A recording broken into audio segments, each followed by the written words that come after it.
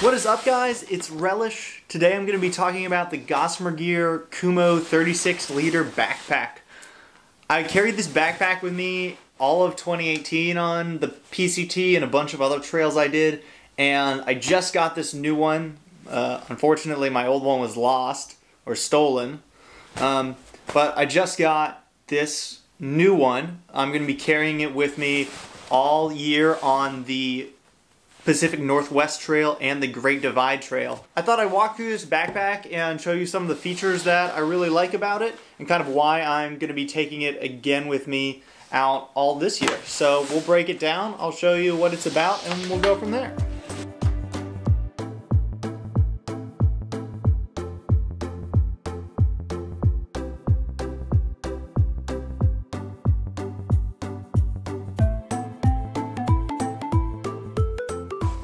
So a quick tour of the Kumo. This is the back. Something unique about the Kumo is the over-the-top closure system. It folds down and attaches it with two buckles at the bottom, unlike most roll-top backpacks. So these two clips open up so you can get into the upper compartment. A little bit more on that later. It's also got a really spacious, nice back pocket.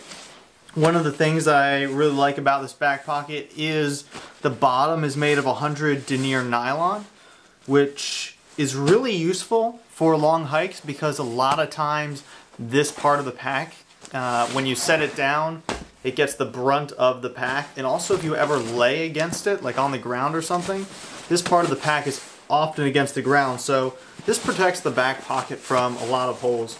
The other thing that is uniquely Gossamer Gear is the slanted back. A lot of backpackers have pointed this out, and it is super nice, is because it's slanted. On this side here, while the backpack is on, you're still able to get your hand back in here, so you can put stuff in here. So maybe, you know, if you start the morning with your puffy on, you can actually take it off and throw it in this back pocket without actually taking the backpack off, or a rain jacket, or if you're in snow, maybe you put your micro spikes here. There's a lot of functionality that can go right here.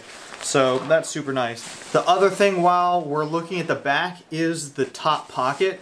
Most backpacks on the market are that roll top closure, and so there's no space on the top for an outer pocket. But with the over the top closure, you get a nice spacious top pocket that's really big. You can fit a lot of stuff in there. This is just nice to have one compartmentalized place in your backpack to put small things that you might need on a regular basis.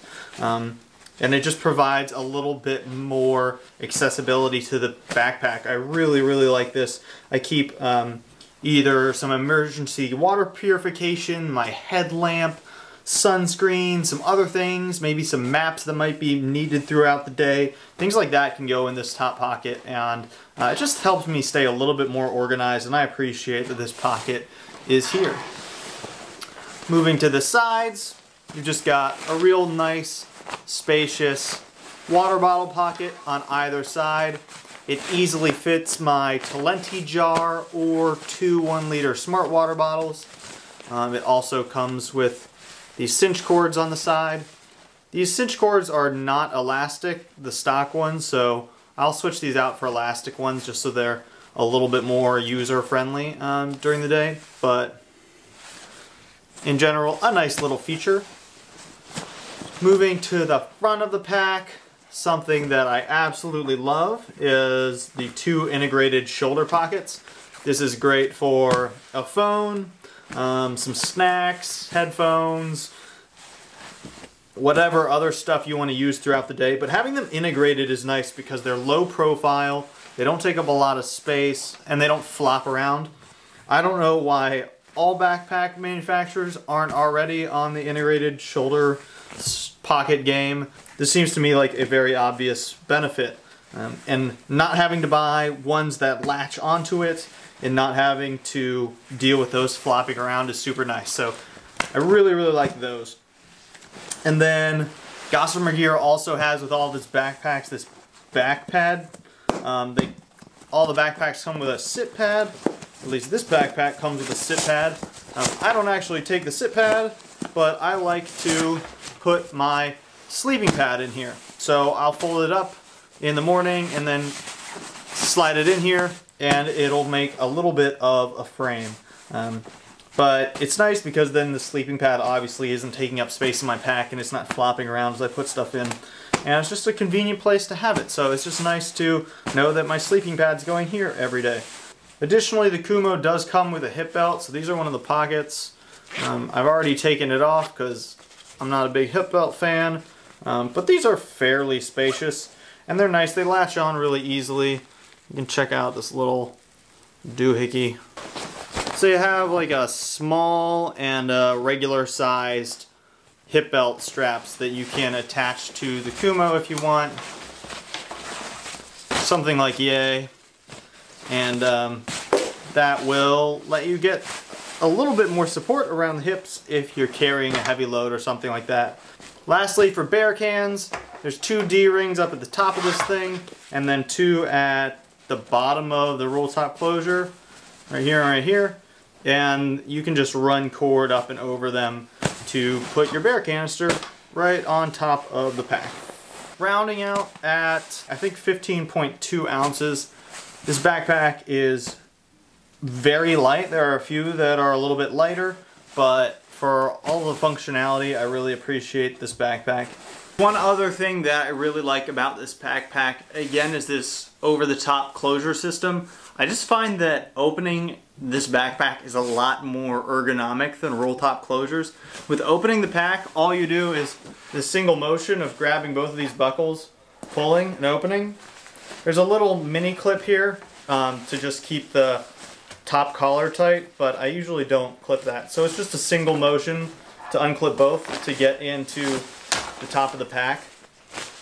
And then closing it is a little bit more tedious. You have to do both of these at the same time, but I still find that for opening this, it's way more ergonomic than a roll top closure where you have to unbuckle the buckle, then unroll it, and then sometimes either Velcro or undo the buttons. But with this, it's simply just, and you're in the pack. And I think that that's really, really nice because you open your pack many times over the course of a thru hike, and just having simple ergonomics is wildly functional, I guess. I don't know. So I'm a big fan of the Kumo. It's also really well priced in my opinion compared to a lot of other backpacks. It's also a very hardy backpack. All of this is 100 denier down here, ripstop, and then the top is all 70 denier ripstop. And these pads, these shoulder strap pads they're fairly poofy, I'd say. Fairly poofy. They're pretty thick. So, all in all, I'm super excited to be carrying this pack in 2020. This thing looks beautiful now. It's going to have a ton of dirt on it by the time I'm done. But that's a good thing. So, yeah, I'm super excited to have this pack. I hope this review was a little bit helpful. And if you're thinking about a Kumo, I highly advise it if your base weight is down low enough. But yeah, it's an epic pack at a great price. Tons of features that I think really separate it from the rest of the pack. So, anyway, that's all about the Kumo. If you have any questions, drop them down below. I appreciate you watching this video, and until next time, I'll see you later.